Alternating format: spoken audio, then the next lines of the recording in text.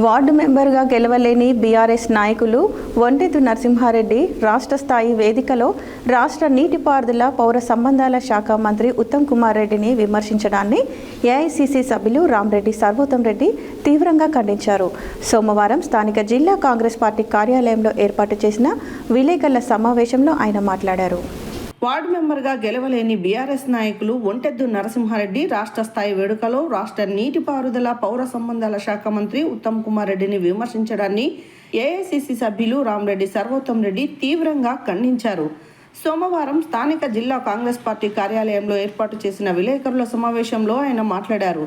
హుజూర్ నగర్కు చెందిన పిల్లుట్ల రఘు అనే వ్యక్తి టీఆర్ఎస్లో చేరుతున్న సందర్భంగా ఆ పార్టీ నాయకులు ఒంటెద్దు నరసింహారెడ్డి మంత్రి ఉత్తమ్ కుమార్ రెడ్డిపై దుర్మార్గంగా మాట్లాడడం కాంగ్రెస్ నాయకుల కార్యకర్తలను తీవ్ర ఆగ్రహానికి గురి చేస్తుందన్నారు.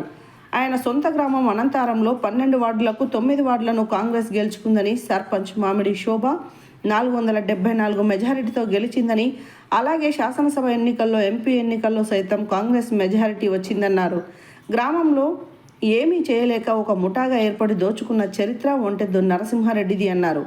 ముఖ్యమంత్రి మంత్రులపై అర్ధరహిత విమర్శలు చేస్తే కాంగ్రెస్ నాయకులు కార్యకర్తలు చూస్తూ ఊరుకోరని అన్నారు.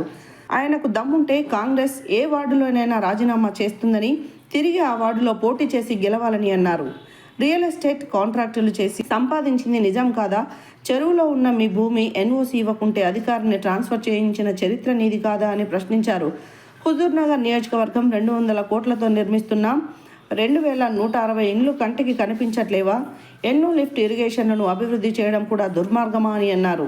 అభివృద్ధిని చూసి ఓర్వలేని మీరు దుర్మార్గులని, ఇప్పటికైనా అబద్ధపు అసత్య ప్రచారాలను మానుకోవాలని ఎమ్మెల్యేగా, ఎంపీగా, మంత్రిగా కోదాడ హుజూర్ నగర్ నియోజకవర్గంలో అనేక అభివృద్ధి కార్యక్రమాలను చేపట్టిన మంత్రి ఉత్తమ్ కుమార్ రెడ్డి వారిపై విమర్శలను తాము సహించేది లేదని, ఈ విషయంలో పోలీస్ స్టేషన్లో ఫిర్యాదు చేయడంతో పాటు కోర్టు నోటీసులు కూడా అందిస్తామని అనంతారం పట్టణ పోలీస్ స్టేషన్లో ఒంటెద్దు నరసింహారెడ్డిపై ఫిర్యాదు చేశారు.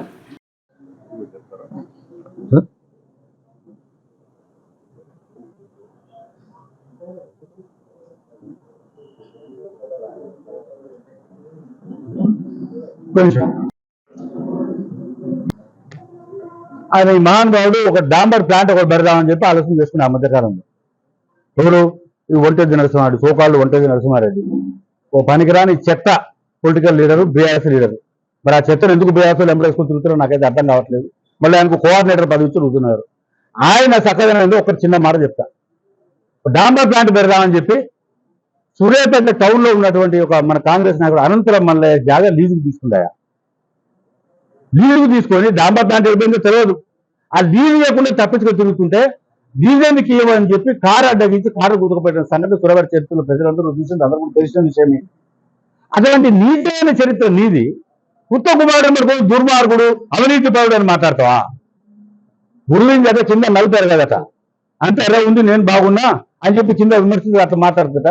దయచేసి నేను చెప్తా ఉన్నా, మాట్లాడే ముందర ఎవరి మీద మాట్లాడుతున్నావు, ఏం మాట్లాడుతున్నావు తెలుసుకొని మాట్లాడాలి, విచక్షణతో మాట్లాడాలి, చదువుకున్నట్టు మాట్లాడాలి. ఇటువంటి విమర్శలు బాగుకోవాలని చెప్పి ఇష్టపడతాను. విచ్చేసిన పత్రికా మిత్రులందరికీ కూడా పేరు పేరు నమస్కారం తెలియజేసుకుంటున్నాను. ఇక్కడ ఈ సమావేశం యొక్క ముఖ్య ఉద్దేశం, నిన్న బీఆర్ఎస్ పార్టీ ఏదైతే వాళ్ళ ఆఫీస్ ఉందో హైదరాబాద్లో, ఆ ఆఫీసులో పిల్లుట్ల రఘు గారు హుజూర్ నగర్ కాన్స్టిట్యూన్సీకి చెందిన వ్యక్తి, వారు బీఆర్ఎస్ పార్టీలో చేరే సందర్భంగా అక్కడ వివిధ నాయకులు ప్రసంగించినప్పుడు అందులో ఒంటెద్దు నరసింహారెడ్డి గారు అనంతారం విలేజ్ పెన్పాడ్ మండలం సంబంధించిన వ్యక్తి మా మంత్రి గారైన గౌరవనీయులు ఉత్తమ్ కుమార్ రెడ్డి గారి గురించి చాలా దుర్మార్గంగా మాట్లాడినారు. దాన్ని పూర్తిగా కాంగ్రెస్ పార్టీ, సూర్యాపేట జిల్లా కాంగ్రెస్ పార్టీ పక్షాన, నియోజకవర్గ పక్షాన అందరం గట్టిగా ఖండిస్తున్నాం దీన్ని. ఎందుకంటే అసలు ఆయన మాట్లాడిన పద్ధతి ఏందో, ఆయన సంగతి ఏందో సూర్యాపేట జిల్లా ప్రజలందరికీ తెలుసు. కానీ ఒక రాష్ట్ర స్థాయి స్టేజ్ లో మాట్లాడేటప్పుడు ఆయన ఏ విధంగా ఒక గౌరవ మంత్రి గారి గురించి మాట్లాడేటప్పుడు ఈయన స్థాయి ఏంది, అసలు మంత్రి గారి గురించి మాట్లాడటం ఏంది? అనంతారం విలేజ్ లో కాంగ్రెస్ పార్టీలో ఎంత పటిష్టంగా ఉందో మీ అందరికీ తెలుసు. అక్కడ 12 వార్డులకు గాను మన సర్పంచ్ ఎన్నికల్లో 9 వార్డులు గెలిచినాం. అక్కడ మా సర్పంచ్ గారైన మా పక్కన కూర్చున్న మామిడి శోభ గారు 474 ఓట్ల లీడ్ తోటి మేము అక్కడ ఆ గ్రామంలో గెలిచినాం. అదేగాక మొన్న అసెంబ్లీ ఎన్నికల్లో కూడా జగదీష్ రెడ్డి గారు మొత్తం పెన్పాడ్ మండలం అంతా కూడా ఒంటెద్దు నరసింహారెడ్డి గారి ఇంటికాడ నుంచే ప్రచారం చేసినప్పుడు కూడా ఆ రోజు దామోదరి గారికి లీడ్ వచ్చింది. పార్లమెంట్ ఎన్నికల్లో రఘువీరెడ్డి గారికి లీడ్ వచ్చింది. ఈ పెద్ద మనిషి ఒంటెద్దు నరసింహారెడ్డి గారు మరి ఆయన గ్రామంలో ఏమి చేయలేక ఆయన రాష్ట్ర స్థాయిలో ఆయన హుజూర్ నగర్ ఇన్ఛార్జ్ అంట.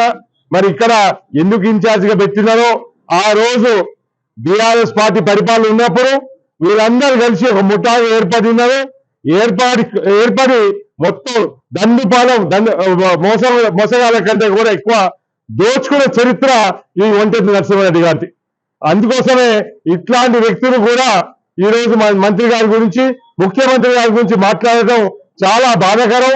ఎందుకంటే ఈ విషయం ఈ రోజు ప్రెస్ కాన్ఫరెన్స్ పెట్టి ఎందుకు చెప్పాల్సి వస్తుందంటే, బయట వాళ్ళు తెలియని వాళ్ళు ఏదో మరి నరసింహారెడ్డి గారు ఎంత మొనగాలనుకునే పరిస్థితి ఉందో చేపట్టి మరి సొంత గ్రామంలో కూడా ఈ రోజు కూడా మేము ఛాలెంజ్ చేస్తున్నాం. మేము 9 వార్డులు గెలిచినాం. ఏ వార్డు అంటే ఆ వార్డు రాజీనామా చేస్తాం. వారిని వచ్చి ఫస్ట్ ఒక వార్డు మెంబర్ గెలవమని చెప్పి సవాల్ విసురుతున్నాం. ఏది చేయాలన్నా కానీ ఒక ఐసత్ ఉండాలి. మీకు మాట్లాడే అర్హత ఉందా మంత్రి గారి గురించి? మీరు ఆయన అవినీతి గురించి మాట్లాడతారా? మీరు రియల్ ఎస్టేట్లు చేసి కాంట్రాక్టులు చేసి సంపాదించిన మాట వాస్తవం కాదా నరసింహారెడ్డి గారు అని చెప్పి మీ సూటిగా మీరు ప్రశ్నిస్తున్నారు. మీరు అనంతపురం నుంచి అన్నాచిపురం వరకు రోడ్ వేస్తే ఒక నెల లోపే మొత్తం బీటీ రోడ్ అంతా కూడా టోటల్ లేచిపోయిన సంగతి అందరికీ తెలిసిన సంగతి మీకు గుర్తు తీసుకొస్తున్నాను.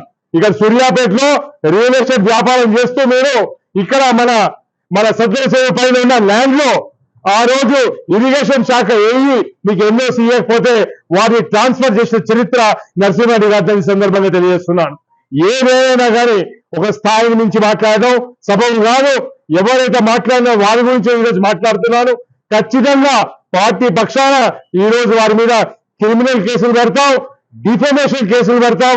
వారిని బహిరంగంగా బేషరతుగా మంత్రి గారికి క్షమాపణ చెప్పాలి, మా ముఖ్యమంత్రి గారికి క్షమాపణ చెప్పాలని చెప్పి పత్రికాముఖంగా వారిని హెచ్చరించడమే కాదు, తప్పకుండా వారి పోలీస్ స్టేషన్ కానీ కోర్టుకు లాగే పరిస్థితి ఉందని చెప్పి సందర్భంగా తెలియజేస్తున్నారు. అందుకోసమే ఒళ్ళు దగ్గర పెట్టుకొని మాట్లాడాలి. మీరు ఏ స్థాయిలో గుర్తించుకొని మాట్లాడాలి.